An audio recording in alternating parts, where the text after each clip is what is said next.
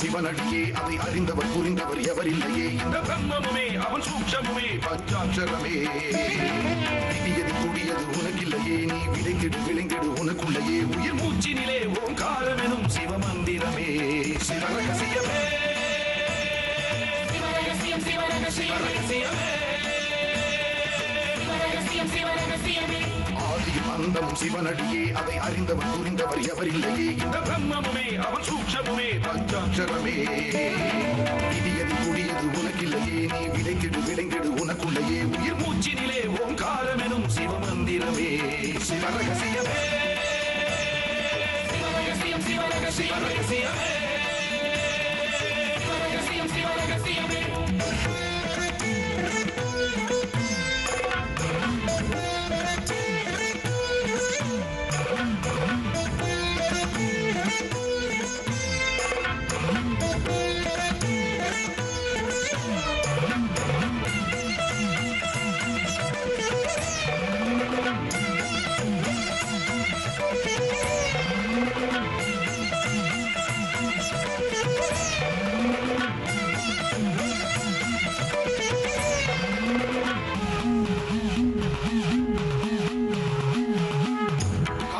அழித்தலும் படைத்தலும் எவனோ அவனே நிற்பதும் நடப்பதும் பறப்பதும் அவன்தான் சிவனே சித்தர்கள் மொத்தமும் யுத்தமா ஏற்றிடும் தவமே வித்தர்கள் சித்தமும் கலங்கிட மாற்றிடும் சிவமே பூமி காத்தான் பட்டியை காத்திடும் ரசமணி ஈசன் இவனே வழிபடும் மக்கள் வாழ்வினில் அறம்பட ஒளிபட வாழ்ந்திடும் சிவனே அம்பை உடுக்கை உருட்டும் சத்தம் பெறுவான் கொண்டு வெகுண்டு காக்க வருவான் கங்கை கொண்டு சூலங்கேந்தும் இவர் அபிராமி கொண்ட உலகம் போற்றும் சிவனே ஓம் நம சிவாய ஆதியும் அந்தமும் சிவனடியே அதை அறிந்தவர் புரிந்தவர் எவரில்லையே இந்த பிரம்மமுமே அவன் சூக்ஷமுமே பஞ்சாட்சரமே விதியது கூடியது உனக்கில்லையே நீ விளைந்திடு விளைந்திடு உனக்குள்ளையே உயிர் மூச்சினிலே ஓங்காரமெனும் சிவமந்திரமே சிவரகசியமே சிவரகசியம் சிவரகசியமே சிவரகசியம் சிவரகசியமே சிவரகசியம் சிவரகசியமே சிவரகசியம் சிவரகசியமே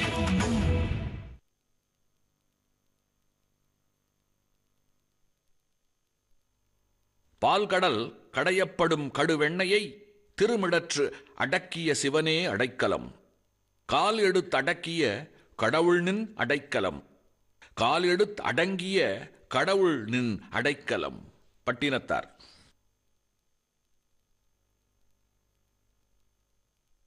உங்களுக்காக ஜனாதிபதிக்கு அனுப்பிச்ச கர்ண மனுவை ஏத்துக்கிட்டு தூக்கு தண்டனையை ஆயுள் தண்டனையா குறைச்சிருக்காங்க. இப்போ நான் உன்னை முழுசா நம்புறேன். நீ எப்பவுமே என் கூட தான் இருக்க போற. அவங்க சக்தியை கட்டுப்படுத்தணும்னா இந்த மந்திர சக்தியால மட்டும்தான் முடியும். உங்க புருஷனுக்கு தூக்கு தண்டனை ரத்து பண்ண சொல்லி கர்ண மனு கொடுத்திருந்தா இல்லையா? ஆமா ஐயா. ஜனாதிபதி கர்ண மனுவை ஏத்துக்கிட்டு தூக்கு தண்டனையை ஆயுள் தண்டனையா குறைச்சிட்டாருமா?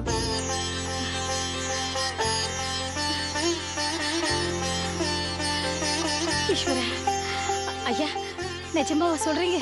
நிஜமா தான் சொல்றேன். இந்த விஷயத்தை உங்க புருஷன்கிட்டே சொல்லிட்டேன். அவரும் அந்த பெருசா எடுத்துக்கல. ஒரு நல்ல செய்தியை சொல்லிருக்கீங்க. உங்களுக்கு கோடி புண்ணியம் ஐயா. புண்ணியம் எல்லாம் ஜனாதிபதிக்கு தான் போய் சேரணும். அப்படி எல்லாம் சொல்லாதீங்கய்யா. நீங்க எல்லாம் என் புருஷனை பத்தி நல்ல விதமா சொல்லவே தானே அவங்க அந்த மனுவை ஏத்துக்கிட்டாங்க. நாங்களும் எல்லாரும் அப்படி சொல்லிட மாட்டோமா? உங்க புருஷன் ரொம்ப நல்லவர், சிவபக்தர். அதனாலதான் நாங்க அப்படி சொன்னோம். கண்ணை வந்தா விஷயத்தை சொல்லுங்க. நான் போன வச்சிடறேன். சரிங்கய்யா. ஈஸ்வரா, பிருந்தா கண்ணே, உங்க அப்பாவுக்கு தூக்கு தண்டனையில இருந்து ஆயுள் தண்டனை குறைச்சிருக்காங்களாண்டா. சாமி நமக்கு கண்ணை திறந்துட்டாருமா. காக்கை சித்தர் நமக்கு ஒரு நல்ல வழியை காமிச்சிட்டாரு.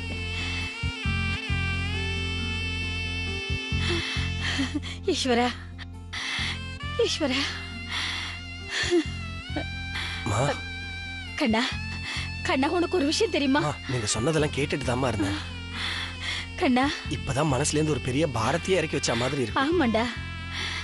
அதே மாதிரி இவ்வளவு பூர்ணமா குணமாகி என்ன நடந்ததுன்னு சொன்னால்னா உங்க அப்பா விடுதலை கூட ஆயிடுவார்ல? ஆமாமா. கண்ணா, இனிமே நீ எதுக்குமே பயப்படாத. நமக்கு நல்ல நேரம் தான். நடக்க போறது எல்லாமே நல்லதா தான் நடக்க போகுது. ஆமாண்டா, நல்லதாவே நடக்கும். டே கண்ணா, உடனே போய் உங்க அப்பாவை பாத்துட்டு வந்துடலாமா? நாளைக்கே போலாமா? சரிப்பா, நாளைக்கே போய் பாத்துட்டு வந்துடலாம். அதுக்கு முன்னாடி இங்க நடந்த விஷயத்தெல்லாம் போனை போட்டு ஜோசியர்கிட்ட சொல்லிடு. ஏன்னா அவர்தான் உங்களுக்கு நேரம் நல்லா இருக்கு. 2வது கருணை மனுவை ஜனாதிபதிக்கு கொடுக்க சொன்னாரு. நாம கொடுத்ததுனால தானே அவங்களும் அதை ஏத்துக்கிட்டாங்க. சரிம்மா, சொல்லிடுப்பா. சொல்றேம்மா. சரி, வாம்மா.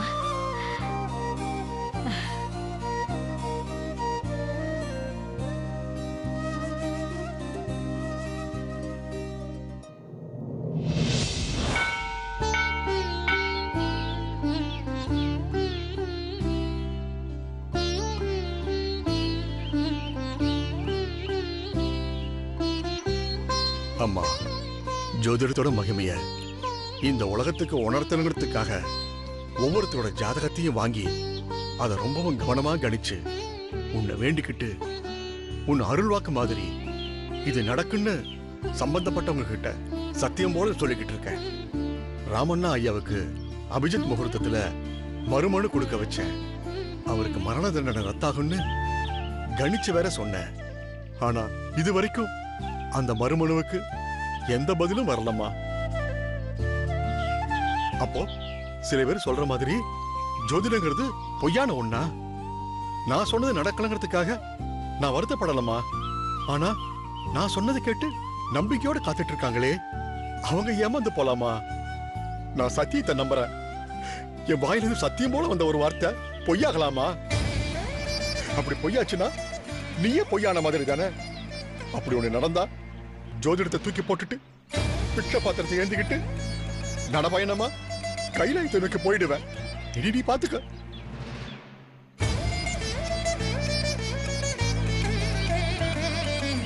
ஓம் சர்வம் சாரதிகே சரண்யே திரம்பகே ஸ்ரீ கௌரி நாராயணே நமோஸ்துதே.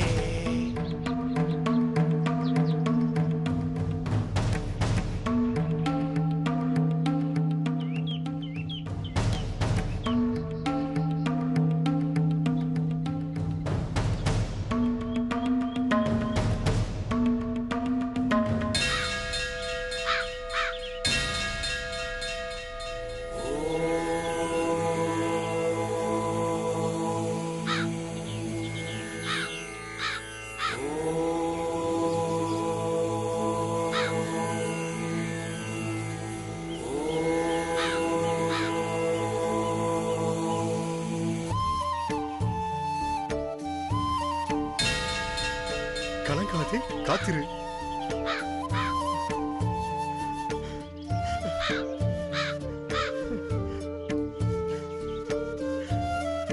கலங்காதே, காத்திரு. இப்பதான் எதுவுமே நடக்கலன்னு அம்மா கிட்ட வேண்டிக்கிட்டு இருந்தேன். அதுக்கு பதில் கிடைக்கிற மாதிரி ஒரு ஓலை ஒண்ணு கிடைச்சிருக்கு. அதுவும் ஒரு காக்கா மூலமா. காக்கை சித்தரே அவர் அம்சம் மூலமா எனக்கு ஒரு பதில் ஒண்ணு அனுப்பியிருக்காரு. அப்படின்னா அவரோட பார்வை எப்போது என் மேல இருந்துட்டு இருக்கு. காக்கை சித்தரே அவர் அம்சம் மூலமா எனக்கு ஒரு பதில் ஒண்ணு அனுப்பியிருக்காரு. அப்படின்னா அவரோட பார்வை எப்போது என் மேல இருந்துட்டு இருக்கு. கலங்காதி, காத்திரு. அம்மா வரேன் தாயே.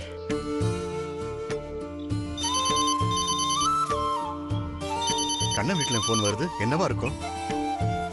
ஹலோ ஜோசியரே, கண்ணன் பேசுறேன். எப்படி இருக்கீங்க? நல்லா இருக்க. என்ன இன்னைக்கு ரொம்ப உற்சாகமா போன் பண்ணி விசாரிக்கிறிய? உன் வீட்டுக்கு வந்தா சில நேரம் வான்னு கூட கூப்பிட மாட்டேன். என்ன இன்னைக்கு ஏதாவது விசேஷமா? விசேஷம்லாம் எதுவும் இல்ல. ஆனா ஒரு நல்ல விஷயம் இன்னைக்கு நடந்திருக்கு. என்ன விஷயம்ப்பா? அப்பாவோட கருணை மனுவை ஏத்துக்கிட்டு ஜனாதிபதி தூக்கு தண்டனையா ஆயுள் தண்டனையா குறைச்சிட்டாராம். இப்பதான் ஜெயிலர் போன் பண்ணி அம்மாக்கு சொல்லிருக்காரு. ஆண்டவா, இந்த நல்ல விஷயத்த உடனே அம்மா உங்க கிட்ட சொல்ல சொன்னாங்க. அதான் உங்களுக்கு கால் பண்ணேன். கண்ணா, உங்ககிட்ட நான் இதை எப்படி சொல்லுவேன்? கோயில்ல மனசு நொந்து போய் உட்கார்ந்துட்டு இருந்தேன். அந்த நேரத்துல கலங்காதே, காத்திருன்னு காக்கை சித்தர் ஓலை ஒண்ணு கொடுத்துட்டு போனாரு. ஏதோ ஒரு நல்லது நடக்க போகுதுன்னு மனசுக்கு ஒரு ஆறுதலா இருந்துச்சு. இப்ப நீ போன் பண்ணி நல்ல விஷயத்த சொல்லிருக்க. ஜோதிடத்து மேலையும் என்னோட கணிப்பு மேலையும் எனக்கு ஒரு புது நம்பிக்கை வந்துருச்சு. கண்ணா, நீ வேணா பாரு, நான் சொன்ன ஒவ்வொன்றும் நடக்கத்தான் போகுது. இதெல்லாம் நடந்தா எனக்கும் சந்தோஷம்தான். கவலைப்படாத கண்ணா, உங்க கஷ்டம் அத்தனையும் சரியாயிடும். நன்றி ஜோசியரே. அப்புறம் நாளைக்கு அப்பாவை பார்க்க நானும் அம்மாவும் ஜெயிலுக்கு போறோம். நீங்களும் வந்தா நல்லா இருக்கும்னு நான் நினைக்கிறேன். அதுக்கு என்னப்பா, கண்டிப்பா பாரு. சரிங்க ஜோசியரே, எத்தனை மணிக்கு போறோம்னு முடிவு பண்ணிட்டு நான் உங்களுக்கு ஃபோன் பண்றேன். நீங்களும் அங்க வந்துருங்க. வந்துடுறப்பா. சரி.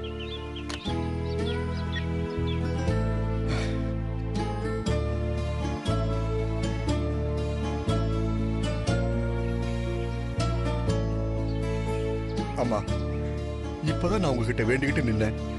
அதுக்குள்ள ஒரு நல்ல செய்தியை சொல்லி எனக்குள்ள ஒரு புது தெம்ப கொடுத்துட்டேன். இனி நான் என் வேலைகளை தொடர்ந்து நம்பிக்கையோட செய்ய போறேன். உன்னோட துணையோட. தாயே காப்பாத்துமா.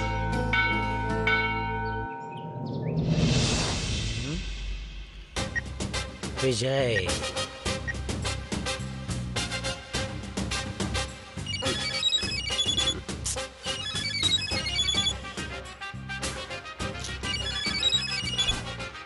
ஹலோ. என்ன விஜய்? சொல்லுங்க மாம்ஸ். குரல்ல ஒரு சின்ன உளறல் தெரியுது. தண்ணி அடிச்சிருக்கீங்களா? அப்போ ராஜ்துரையோட. சரி, என்ன விஷயம்னு சொல்லுங்க. நம்பூதிரி கிட்ட போன்ல பேசினேன் விஜய். அவர்கிட்ட இந்த சித்தருங்க இன்ஜினியரையும் சர்வேயரையும் ஊரை விட்டு விரட்டி அடிச்சது. அவங்க இங்க வந்து அத்தான் கிட்ட எல்லா விஷயத்தையும் போட்டு கொடுத்தது. அதனால அத்தான் எல்லாத்தையும் நிறுத்திட்டு நம்மள ஊரை விட்டு கிளம்பி வர சொன்னது. எல்லாத்தையும் ஒண்ணு விடாம ஒப்பிச்சிட்டேன். அது மட்டும் இல்ல, சுவாமிஜி கிட்ட நீங்க உத்தரவு வாங்கி கொடுத்தா மட்டும் பத்தாது, அங்க ஃபேக்டரி ஆரம்பிக்கிறதுக்கு நீங்க தான் என் கூட இருந்து எல்லா ஹெல்ப்பையும் பண்ணணும் அப்படின்னு ரிக்வஸ்ட் பண்ணிட்டேன். அதுக்கு அவர் என்ன சொன்னாரு? ஒரு சர்வேயரையும் இன்ஜினியரையும் கூட்டிட்டு அவரை பாக்குறதுக்கு அவர் இடத்துக்கு வர சொல்லியிருக்காரு. இந்த தடவை எந்த தடங்களும் இல்லாம எல்லாமே சுமூகமா நடக்கிறதுக்கு அவர் ஹெல்ப் பண்றேன்னு ப்ராமிஸ் பண்ணிருக்காரு. அப்புறம் என்ன மாம்ஸ், 2 பேரை ஏற்பாடு பண்ணி உடனே கிளம்பி வர பாருங்க. ஓகே விஜய். அப்பாவுக்கு ஒரு சின்ன சந்தேகம் வந்துடக்கூடாது, அது மட்டும் கொஞ்சம் பாருங்க. சரியா? புரிஞ்சுதா மாம்ஸ்? அதெல்லாம் எந்த சந்தேகமும் வராம நான் பாத்துக்கிறேன். நீங்க ஒன்றும் கவலைப்படாதீங்க. எல்லாத்தையும் நல்லபடியா முடிச்சிட்டு நான் இங்கேருந்து கிளம்பும் போது உங்களுக்கு கால் பண்றேன். ஓகேயா? ஓகே. சரி சரி சரி மாம்ஸ், பாய். பாய்.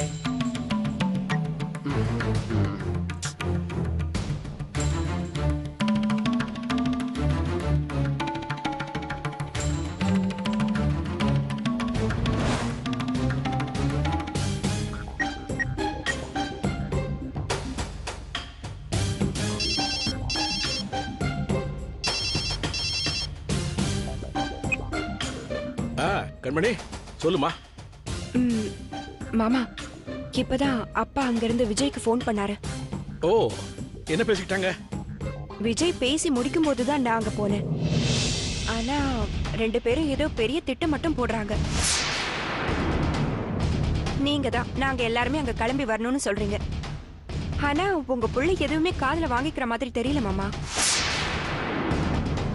இப்பவே ஊருக்குள்ள ஜனங்க அவரை கிண்டல் பண்றத நேர்ல பார்த்து ரொம்ப டென்ஷன் ஆகி போயிட்டாரு. ஃபேக்டரி ஆரம்பிக்காம இந்த ஊரை விட்டு வரமாட்டாருன்னு தான் மாமா எனக்கு. மாமா, நான் கூப்பிடுறேன் மாமா, அப்புறமா கூப்பிடுறேன்.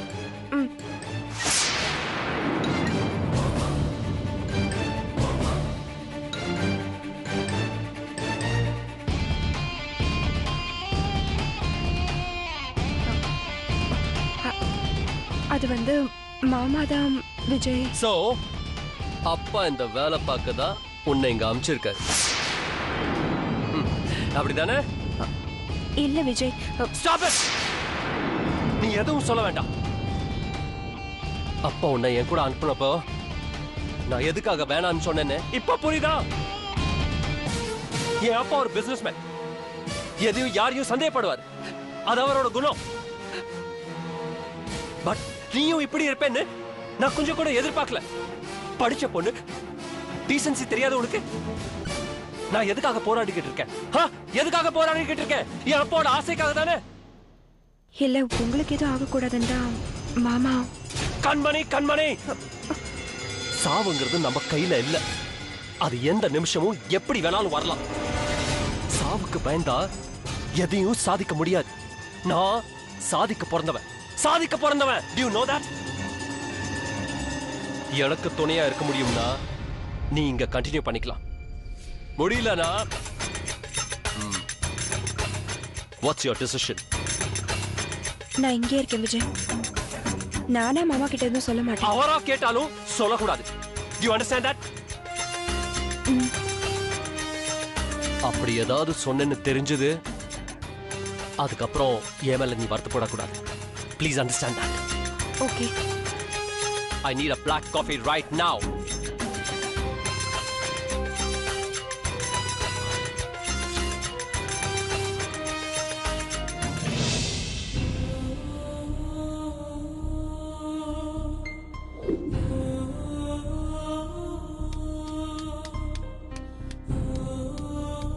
அத்தா, நான் அர்ஜென்ட்டா கொஞ்சம் வெளியே போயிட்டு போயிட்டு வந்துடுறேன். ஏய் உட்கார் உட்கார்.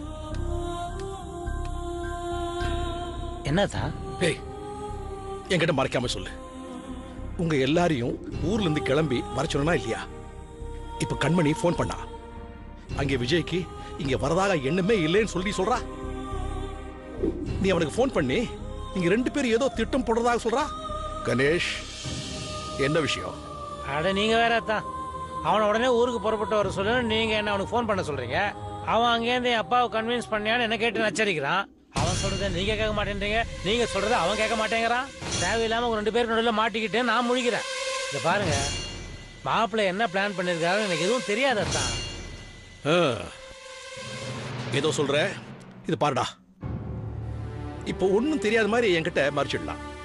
நாளைக்கு ஏதாவது பிரச்சனைன்னா என்கிட்ட தான் வந்து நிக்கணும்.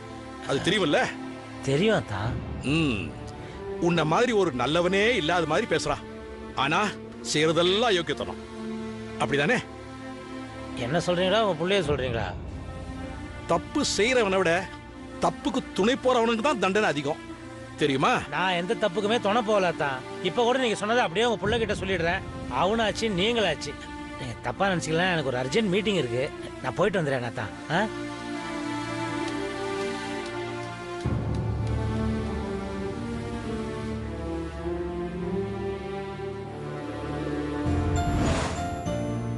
நேரமாச்சு, இன்னும் ஆளை காணுமே.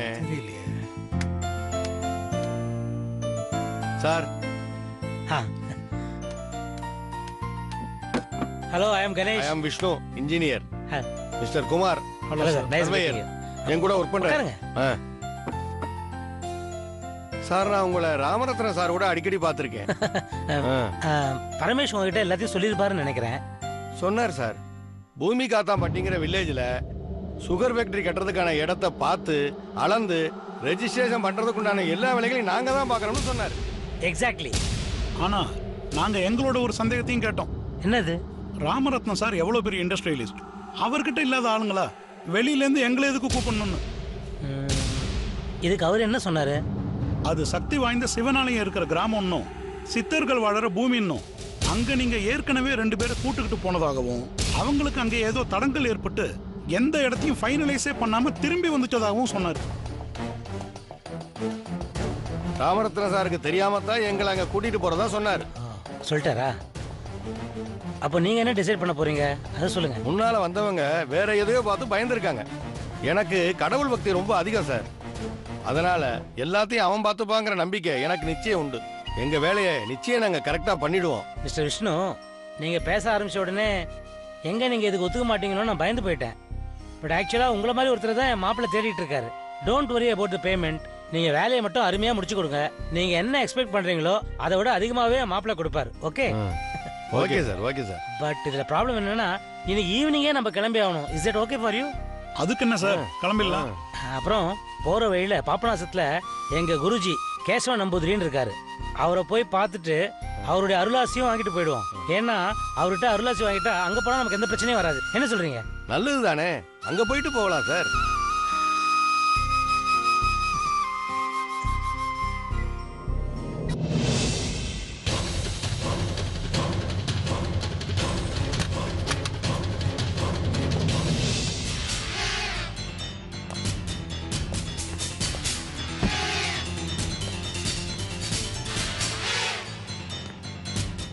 ஒரு தடவை உங்களை ஜோசியர் கிட்ட நான் கூட்டிட்டு போனேனே, அவருக்கு என்ன சொன்னாரு உங்களுக்கு ஞாபகம் இருக்கா? இந்த சிக்கல்ல இருந்து தப்பிச்சிட முடியாதுன்னு உங்களுக்கு தண்டனை நிச்சயம்னு சொன்னார்ல. எனக்கு என்னமோ ராமண்ணாக்கு ஜனாதிபதியே கருணை காட்டியிருக்கிறத பார்த்தா ஆயுள் தண்டனையே குறைஞ்சிருக்கிறது நாளைக்கு தண்டனையே இல்லாம விடுதலையும் ஆகலாம் இல்லையா? என்ன வெறுப்பேத்தனே பேசுறீங்களா காளி? அமர், அப்படி இல்ல அமர், நான் நிஜத்தை தான் பேசுறேன். சட்டத்தை பொறுத்த வரைக்கும் ராமண்ணா ஒரு கொலைகாரன். எந்த அடிப்படையில அந்த சட்டம் அவரோட கருணை மனதை ஏத்துக்குச்சுன்னு தெரியல. இன்னைக்கு குறைஞ்ச தண்டனை நாளைக்கு இல்லாமலும் போகலாம் இல்லையா? அது மட்டும் இல்ல, நாளுக்கு நாள் அந்த பிருந்தா குணமாயிட்டே இருக்கா. அவ பேச ஆரம்பிச்சா சுலபமா அந்த ராமனுக்கு விடுதலை கிடைச்சிடும். அப்புறம் அவர் இருந்த இடத்துக்கு ஜோசியர் சொன்ன மாதிரி நீங்க தானே போய் ஆகணும்.